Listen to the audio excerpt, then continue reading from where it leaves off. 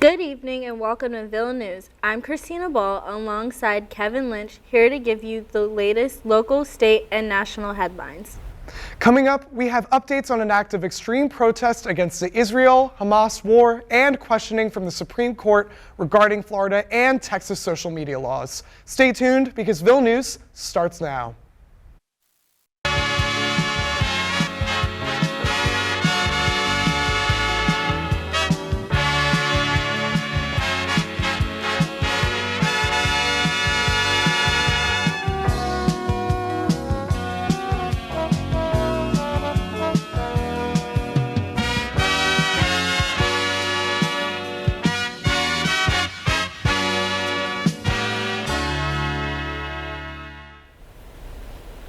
An active duty member of the U.S. Air Force died this past Sunday after lighting himself on fire in front of the Israeli embassy in Washington, D.C. in an act of extreme protest against the Israel-Hamas war. The airman, who police identified as 25-year-old Aaron Bushnell of Massachusetts, live-streamed the self-immolation on Twitch, stating before the act that he would, quote, no longer be complicit in genocide, end quote.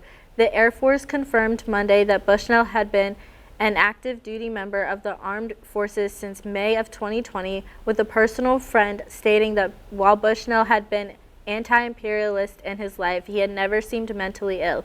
Reactions to the deadly protest were mixed, with some online praising Bushnell as a martyr for the Palestinian cause, while others viewed it as a mental health crisis. Our thoughts are with the Bushnell family and everyone involved in this event. This past week, the Supreme Court has highlighted potential issues with social media laws in Florida and Texas. These states ban online platforms from, quote, removing posts that express opinions such as political content, end quote.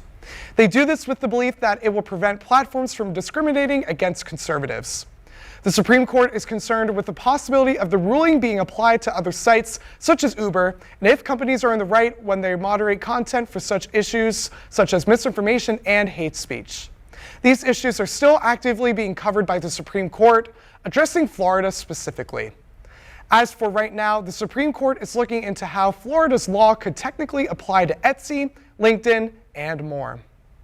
When we get back, updates on an alleged assault in Beta and Josh Shapiro's new economic strategy. Ville News will be right back. Tune in each week to hear the latest headlines on Ville News. This news program covers top stories from around the country and is always looking for people to work both in front of and behind the camera. The show is recorded in Studio One in Bassler Hall on Wednesdays from 6 to 7. Tune in to Ville News to hear the latest local, state, and national headlines, airing every Monday on MUTV. Authorities reported that a 28-year-old individual was apprehended following an incident where he allegedly assaulted another person with a hatchet in a SEPTA concourse last week when responding to the scene near 8th and Market Streets shortly after 1:15 a.m. SEPTA police encountered a male who reported having been attacked in the bus. The individual, whose identity has not been disclosed by SEPTA officials, described the assailant striking him multiple times on the head with a hatchet, followed by several kicks to the face. SEPTA police later located a man on the street matching the given description, who goes by Kenneth Rogers. Police have announced they have an active warrant out for Rogers regarding attempted murder. The investigation is active and ongoing at this time. Governor Josh Shapiro launched the first new statewide economic strategy. It will be called Main Street Matters, which is set to support small businesses and commercial corridors. It is said that its 2024-25 budget proposes more than $600 million to help with new and expanded economic development investments, including $25 million for the Main Street Matters program. He traveled to Mount Lebanon, Philadelphia, Honesdale, and Lemoyne to speak to several small business owners such as Joe Revita, who's owner of Empire Music, Olivia Santo, owner of Gather, Gavin Keneally, CEO of Ghost Robotics, and Michael Aratan, CEO of Sterling Drive Ventures. Joe Ravita says, quote, "The Main Street Matter initiative will help my business and other small businesses grow," end quote. And Olivia Santos says that she thinks it'll be, quote, "a great time for young people to open up businesses," end quote. When we get back, we'll have updates on the growth of a virtual reality company in Lancaster County and shots fired on Millersville's campus. Ville News will be right back. What does MUTV mean to you? MUTV is such a welcoming and fun organization. It means getting to know a lot of people. MUTV is a place where I can network. MUTV means opportunity. MUTV is something very special to me.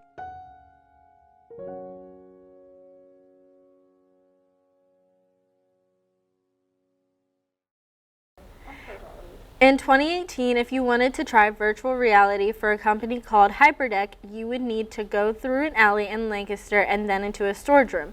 Now moving from their storage room days, this company has been installed in locations like the Kennedy Space Center and Hershey Park, and now has a location at Rock Lidditz campus, founded by Michael Bridgman and Sean Hennessy. In 2012, Hyperdeck is a company that started by creating video game promotions and websites for musicians, but then decided to change their focus to what would then become Hyperdeck VR. Their hard work paid off, and they have now been acquired by Baytech Entertainment, the company that owns Skee Ball. They now also work with Paramount, creating a SpongeBob game during quarantine. On Sunday, February 24th, around 1 a.m., there were shots fired at 28 North Prince Street near Millersville University's campus. Witnesses reported several men trying to enter the residence twice, despite not being invited. After a brief altercation with the residents, one of the unwanted men pulled out a handgun and shot towards the ceiling. The Millersville Borough Police investigated the scene and said that the shots fired in the house were blank cartridges. Everyone fled the scene after the shots were fired. Aside from a scraped knee, no injuries were reported. Images of the two men are posted, and anyone with information are asked to contact the Borough Crime Tip website, the MU Live Safe app, or calling Millersville Bureau Police Chief Margovich. That's all we have this week for Ville News. Thanks for watching, and make sure to tune in next week for the latest local, state, and national headlines.